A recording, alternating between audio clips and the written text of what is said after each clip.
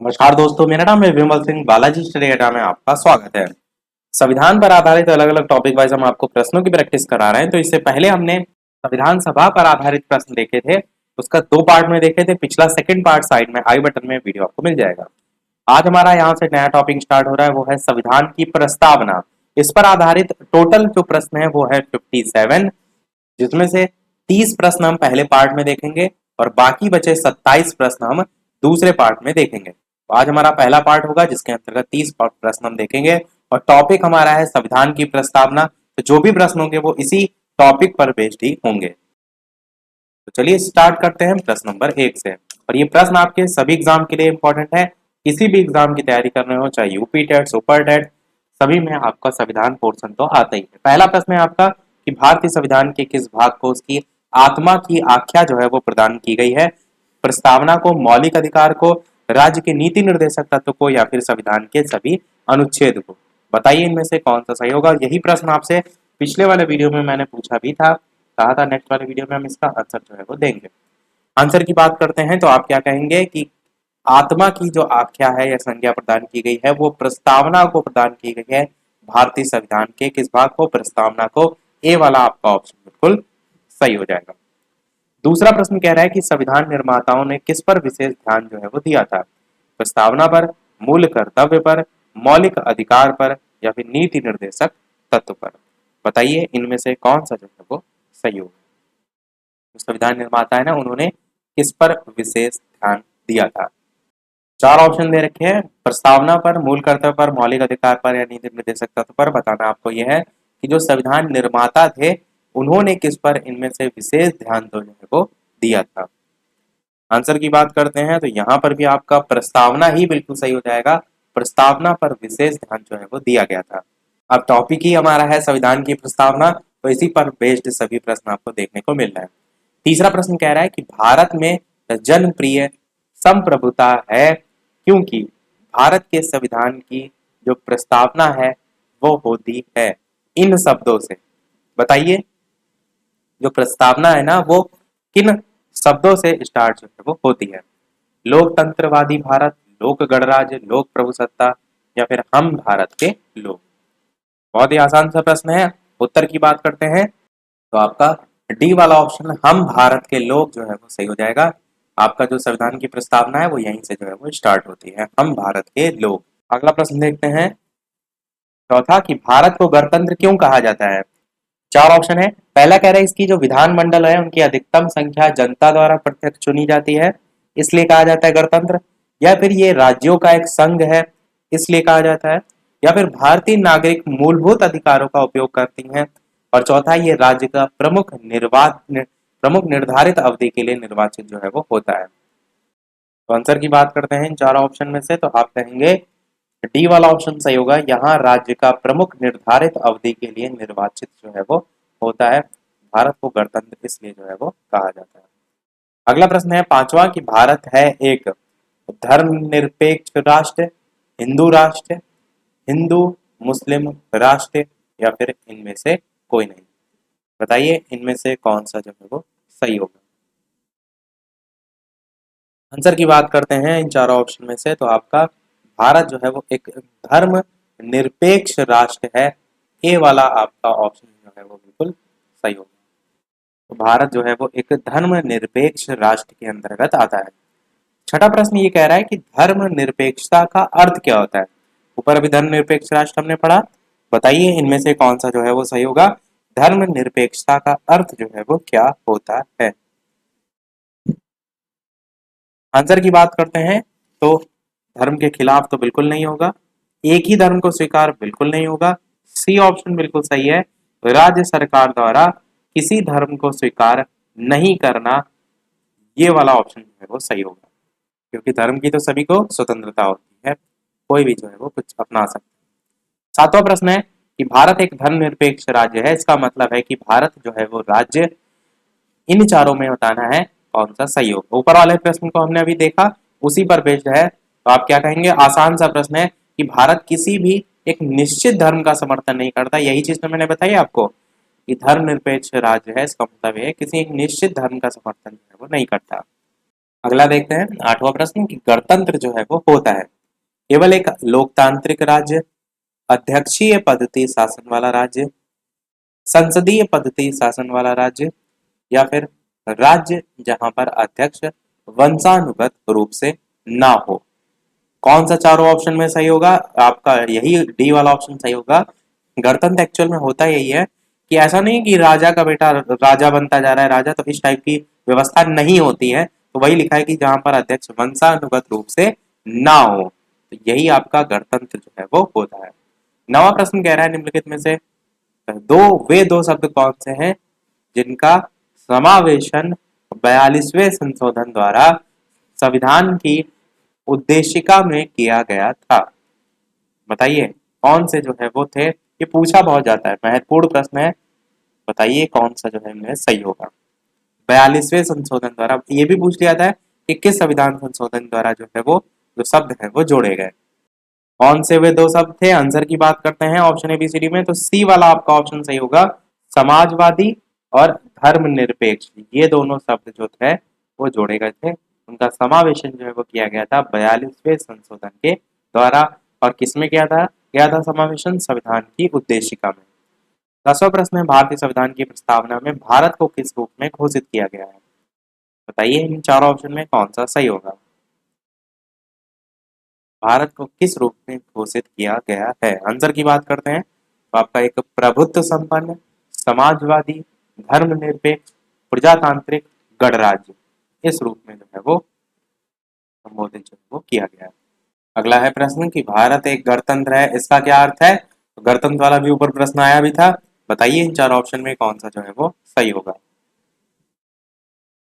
उत्तर की बात करते हैं ऑप्शन एबीसीडी में से, तो आप क्या कहेंगे कि भारत जो है उसमें वंशानुगत शासक नहीं होते हैं। सी वाला आपका ऑप्शन सही हो जाएगा, जो कि मैंने बताया ना, राजा का बेटा राजा वाला सिस्टम नहीं होता। 12 प्रश्न कह रहा है निम्नलिखित में से कौन सा शब्द भारत के संविधान की उद्देशिका में नहीं है, आपको बताना है। समाजवादी, बंध निरपेक्ष, प्रभुत्व संपन्न या लोक कल्याण, बताइए कौन सा इनमें से सही होगा।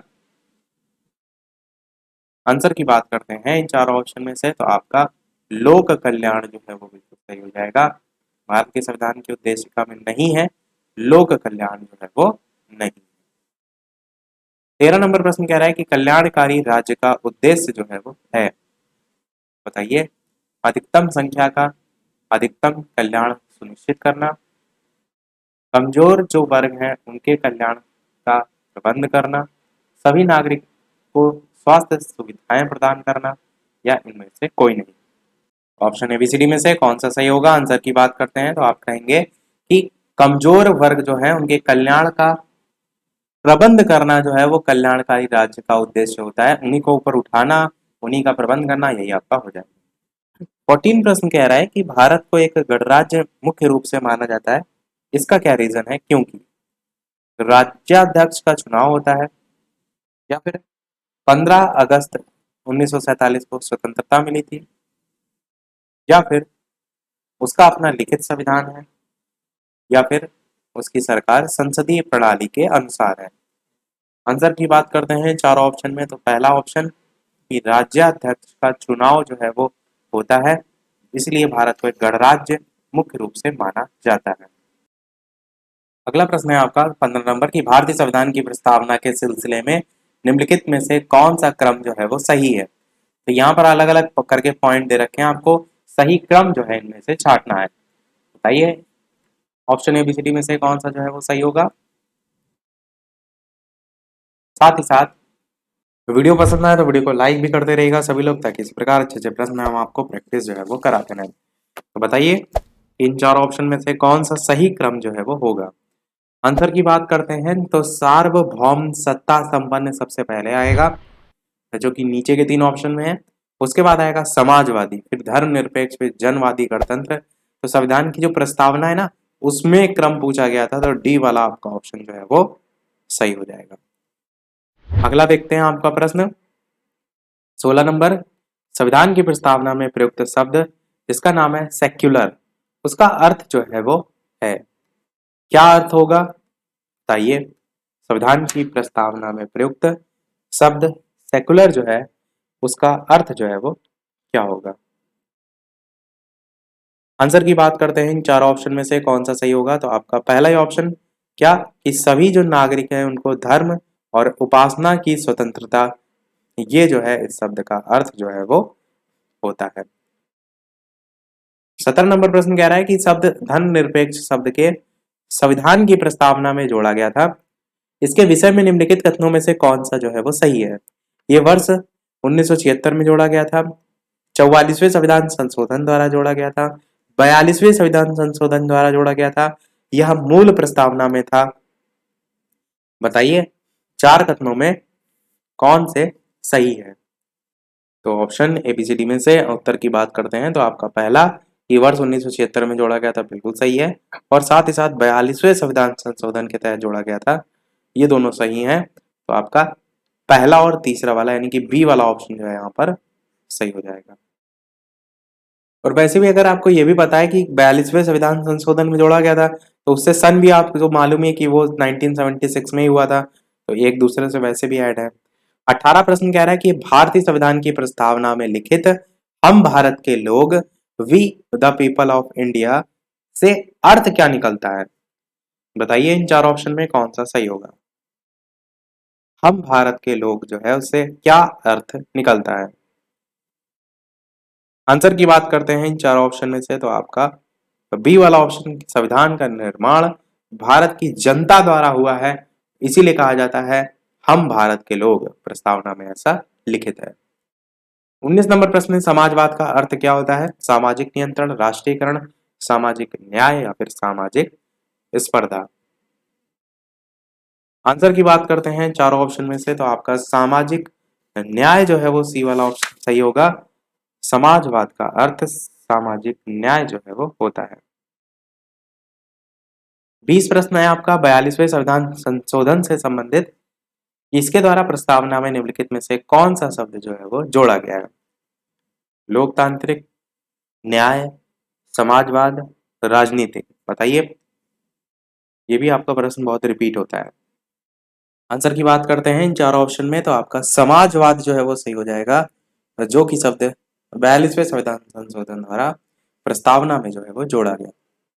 21 नंबर प्रश्न आपका कह रहा है कि भारतीय संविधान की आत्मा जो है वो किसे कहा जाता है।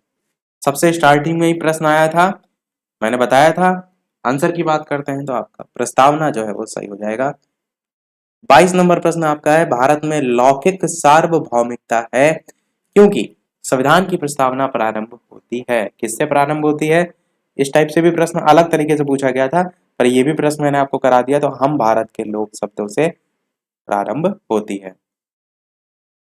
23 नंबर प्रश्न है भारतीय संविधान की प्रस्तावना पर किस क्रांति का प्रभाव नहीं झलकता है। बताइए, फ्रांसीसी अमेरिकी या फिर बोल्शेविक या चीन, कौन सा सही होगा।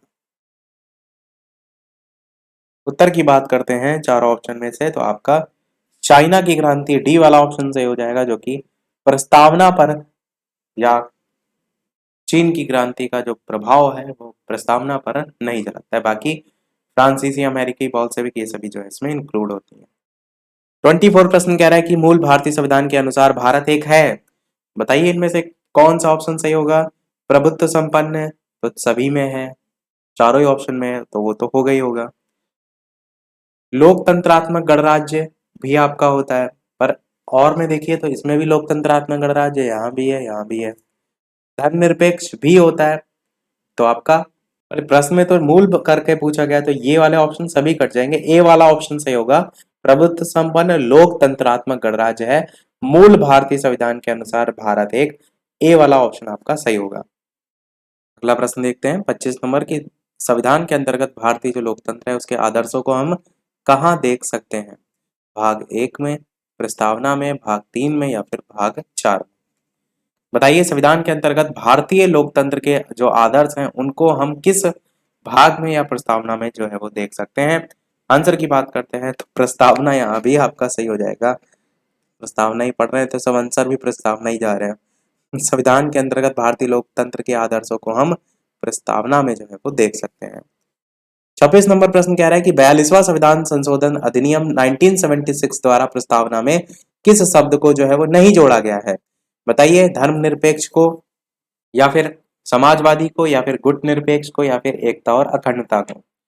42वें संविधान संशोधन अधिनियम 1976 द्वारा प्रस्तावना में किस शब्द को नहीं जोड़ा गया है? उत्तर की बात करते हैं चारों ऑप्शन में से, तो आपका सी वाला ऑप्शन गुटनिरपेक्ष जो है वो सही हो जाएगा। प्रश्न देखिए वही था, ऑप्शन सब बदल दिए गए। अभी एक प्रश्न ऐसे ही ऊपर आया भी था, तो गुटनिरपेक्ष जो है इसे नहीं जोड़ा गया है।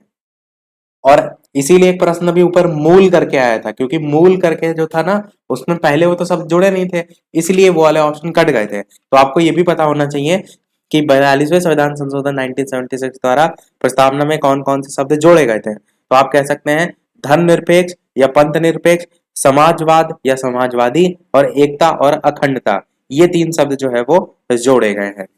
अगला देखते हैं 27 नंबर प्रश्न, भारतीय संविधान की प्रस्तावना के बारे में कौन सा कथन सही है? बताइए इन 4 ऑप्शन में से कौन सा जो है वो सही होगा। 4 ऑप्शन दे रखे हैं, आपको सही जो है वो कथन छांटना है। उत्तर की बात करते हैं ऑप्शन ABCD में से, तो आपका बी वाला ऑप्शन उक्त शब्द 1976 में संशोधन द्वारा जोड़े गए, ये आपका जो है वो सही होगा, जो कि अभी ऊपर वाले प्रश्न में भी हमने आपको बताया 42वें संविधान संशोधन 1976 के द्वारा ही जोड़े गए। 28 प्रश्न आपका है, भारतीय संविधान ने किस प्रकार के लोकतंत्र को अपनाया है? 4 ऑप्शन दे रखे हैं, बताइए संवैधानिक, वंशानुगत, लोकतांत्रिक या लोकतांत्रिक गणतंत्र। राजतंत्र और गणतंत्र, सी और डी में ये अंतर है। भारतीय संविधान ने किस प्रकार के लोकतंत्र को अपनाया है? तो आप कहेंगे लोकतांत्रिक गणतंत्र, डी वाला आपका ऑप्शन जो है वो बिल्कुल सही हो जाएगा। 29 नंबर प्रश्न है आपका, भारतीय संविधान जो है उसकी प्रस्तावना में वर्णित लोकतंत्र को किस रूप में जो है वो, थोड़ा सा इधर प्रश्न को कर देते हैं, किस रूप में जो है वो स्वीकारा जो है वो गया है? भारतीय संविधान की प्रस्तावना में वर्णित लोकतंत्र को जो है आपको बताना है। तो राजनीतिक, आर्थिक, सामाजिक या सभी? आंसर की बात करते हैं तो आपका सभी रूपों में जो है वो स्वीकार किया गया है। देखते हैं हमारा अगला और इस वीडियो का लास्ट प्रश्न, और इसके बाद एक प्रश्न हम आपसे भी पूछेंगे। वीडियो अभी तक आपने लाइक ना किया हो, सभी लोग वीडियो को लाइक कर दीजिएगा और लोगों के साथ शेयर कर दीजिएगा। चैनल पर नए हो सब्सक्राइब करके जुड़ जाइएगा। साथ ही साथ सब्सक्राइब के बगल में नोटिफिकेशन बेल है, सभी नोटिफिकेशन पाते रहने के लिए उसे ऑन जरूर कर लीजिएगा। देखते हैं हमारा लास्ट प्रश्न कि भारतीय संविधान की प्रस्तावना के अनुसार भारत के शासन की सर्वोच्च जो सत्ता होती है, सर्वोच्च सत्ता जो है वो किसमें निहित है? जनता में, मतदाता में, राष्ट्रपति में या फिर संसद में? भारतीय संविधान की प्रस्तावना के अनुसार भारत के शासन की सर्वोच्च सत्ता किसमें जो है वो निहित है? आंसर की बात करते हैं इन चारों ऑप्शन में से, तो आपका बिल्कुल जनता जो है आपका बिल्कुल सही हो जाएगा, जनता में जो है वो निहित होती है। अब एक प्रश्न आपके लिए भी, जैसे कि सभी वीडियो में हम आपसे एक ना एक प्रश्न पूछते हैं, तो ये जो है वो प्रश्न है जो हम आपसे पूछ रहे हैं, और एक नहीं 2 प्रश्न पूछ रहे हैं, और दोनों का आंसर हम नेक्स्ट वाले वीडियो में बताएंगे। पहला प्रश्न आपका ये है कि भारत के जो उद्देशिका या प्रस्तावना है उसका संशोधन कितनी बार जो है वो किया गया? ऑप्शन ए है 3, ऑप्शन बी है 2, ऑप्शन सी है 1, ऑप्शन डी है संशोधन ही नहीं किया गया। तो दूसरा प्रश्न हम आपसे पूछ रहे हैं कि भारत के संविधान की प्रस्तावना में प्रथम संशोधन कब किया गया? 1951, 1971, 1976 या 1984? तो 2 ऑप्शन यानी 2 प्रश्न पूछ रहे हैं, दोनों के ही आंसर वीडियो के मेन कमेंट में सभी लोग टाइप करके बताइएगा। नेक्स्ट वाले वीडियो में दोनों का आंसर जो है हम देखेंगे। तो टॉपिक बेस्ड सभी प्रश्न हैं, इसीलिए अधिकतर सब प्रस्तावना पर ही आधारित आपको प्रश्न जो है देखने को भी मिल रहा है। इससे एक पर्टिकुलर टॉपिक जो है आपका क्लियर होते चलेगा। लाइव टाइमिंग 2 है, दोपहर के 3 बजे, शाम के 8 बजे लाइव आकर भी वीडियो आप देख सकते हैं। टेलीग्राम चैनल से नहीं जुड़े हो तो बालाजी स्टडी डेटा सर्च करके टेलीग्राम पर जुड़ सकते हैं।